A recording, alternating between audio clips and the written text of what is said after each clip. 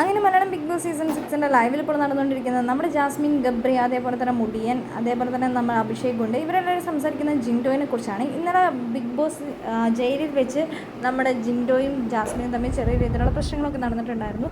Jinto cigarette വലിച്ചു ബാത്റൂമിൽ കയറിയപ്പോൾ എനിക്ക് സ്മെല്ല് കിട്ടി.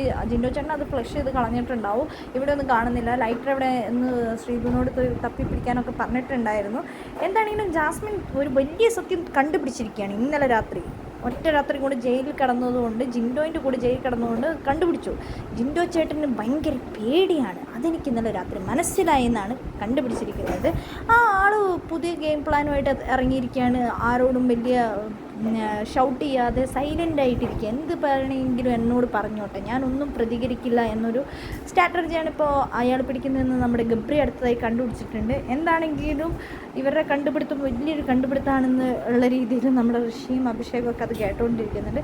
എന്താണെങ്കിലും ജിൻഡോയിനെ സംബന്ധിച്ചിടത്തോളം ജിൻഡോ ബിഗ് ബോസ് വീട്ടിൽ ഒരു ഗുഡ് മെറ്റീരിയൽ തന്നെയാണ്. കാരണം ജിൻഡോയ്ക്ക് വളരെ വ്യക്തമായി ഗെയിം എന്താണെന്നും ആൾക്കാരുടെ ഓരോ പൾസ് എന്താണെന്നും ജനങ്ങൾ എന്താണ് ചിന്തിക്കുന്നത് അവരുടെ പൾസിനനുസരിച്ച് കളിക്കാനുള്ളൊരു കഴിവ് ജിൻഡോയ്ക്കുണ്ട്. ജിൻഡോ കറക്റ്റായിട്ട് ഗെയിമിലൂടെ തന്നെയാണ് പോകുന്നത്. അത് പലരും ബിഗ് ബോസ് കൂടി പറഞ്ഞിട്ടുണ്ട്. കാരണം പുള്ളിക്കാരൻ നല്ലൊരു ഗെയിമർ തന്നെയാണ്. എല്ലാ കാര്യങ്ങളും അറിയാം. അതുകൊണ്ട് തന്നെ ഇവരോടൊന്നും വായിട്ട് അടച്ചിട്ട് ഒരു കാര്യമില്ല. അതുകൊണ്ട് തന്നെ മിണ്ടാണ്ടിരിക്കുക, അത് തന്നെയാണ്